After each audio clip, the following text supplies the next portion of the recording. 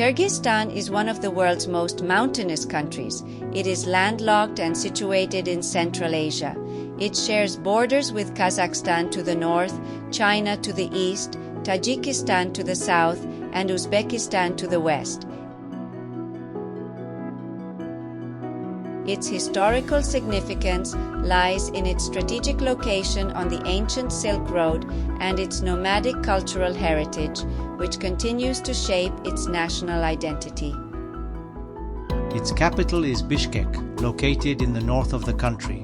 It is crossed by two of Asia's major mountain ranges, the Tian Shan, which covers most of the country, and the Pamir, which rises in the southwest.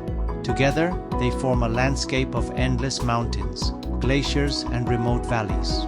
These major mountain ranges are, in turn, divided into more specific and distinct mountain ranges, as can be seen on the map.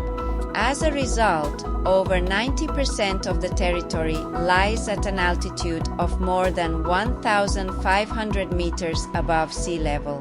Most of the mountains are over 4,000 meters high, whilst the highest peaks reach 7,000 meters, such as Lenin Peak and Poveda Peak. Our plan is to head into the Kyrgyz Alatu mountain range, just a few kilometers from the capital, Bishkek, and climb up to the Aksay Glacier to camp there for 1 or 2 nights. A place surrounded by mountains over 4,000 meters high, such as Semenova Tianshansky Peak, Korona Peak, Free Korea Peak, and Uchitel Peak.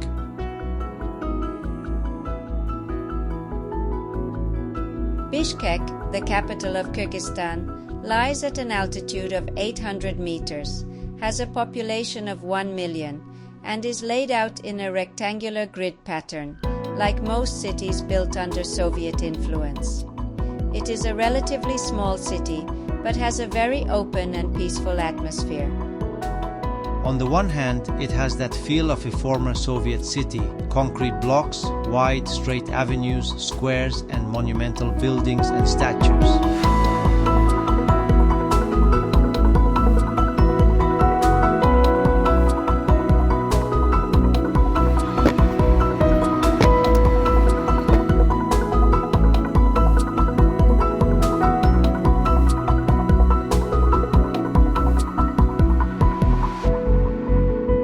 On the other hand, it's full of trees, parks,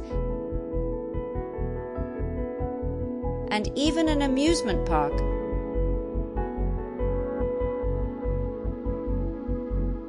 And of course, there are bustling markets where we took the opportunity to stock up on food for our little expedition, which gives it a much more intimate and livable feel than other capitals in the region.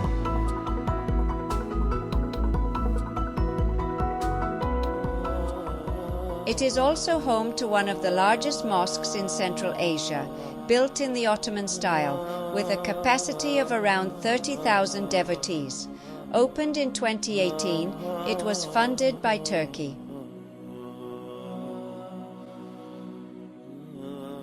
Nearby, another highlight is the Cathedral of the Holy Resurrection, belonging to the Russian Orthodox Church, built in 1941, which blends traditional Russian elements with influences from Central Asia.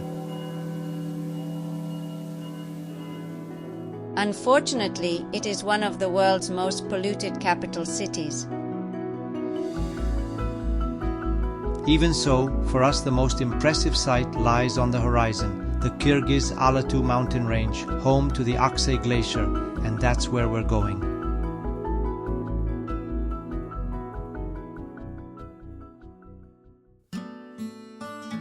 To do this, we took public transport to the entrance of Ala Archa National Park, some 45 kilometers from the capital.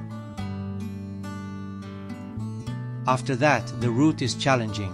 Over a distance of just 6.4 kilometers, you have to climb almost 1,200 meters.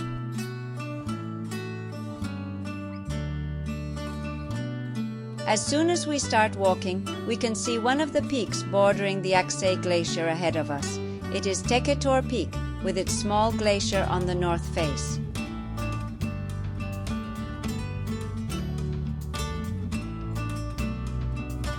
We leave the Ala Archa Gorge on our right as we tackle the first steep sections. First, we have to climb up to a holiday resort under construction, the building work of which has already left its mark on the surroundings. Yet the natural landscape still dominates the scene.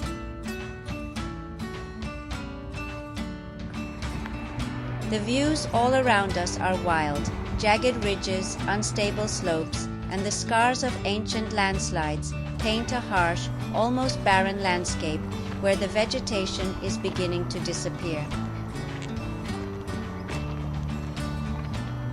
Once we have climbed the first slopes and reached the course of the river Uxue, we can see the moraine of the glacier along which our path runs, beneath the imposing walls of Trezubek.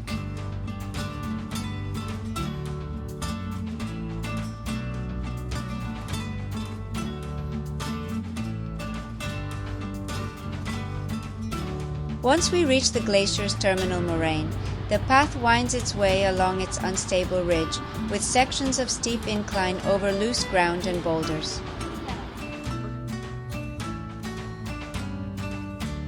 It is at this point that we start to feel the weight of our backpacks, which are packed to the full with everything we need for 3 days of self-sufficient hiking, tent, food and gear, and are particularly challenging on this broken, steep terrain. Garazi is the first to reach the edge of the glacier at 3,380 meters, where she poses against this wonderful landscape.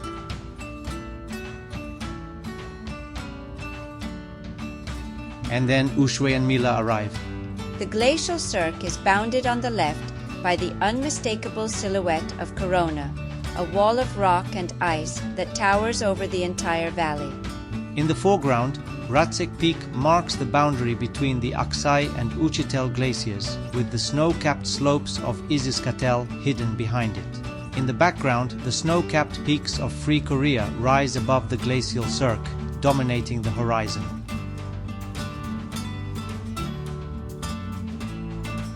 This will be our campsite amongst a small group of tents and next to the Ratsek mountain hut.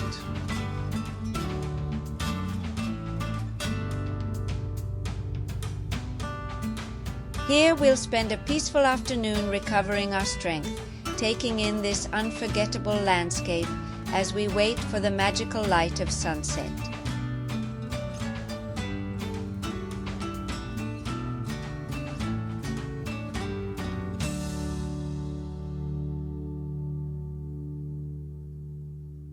At sunrise, we continued our ascent towards the Uchitel Glacier, guided both by intuition and by the advice of local mountaineers, who had advised us against venturing onto the unpredictable Aksay Glacier.